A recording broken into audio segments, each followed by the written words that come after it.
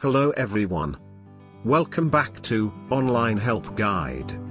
Today in this video, I will be showing you how to scan TikTok QR codes. So, first, open the TikTok app on your device. Now, tap on the profile icon, located at the bottom right corner of your screen. And, it will take you to your profile page. You can see the hamburger icon, at the top right corner of your screen. Tap on the hamburger icon. Here, you will see two options: Creator Tools, and Settings and Privacy. Click on Settings and Privacy. After clicking on Settings and Privacy, you will see many options. From there, tap on QR code. You will see your own QR code.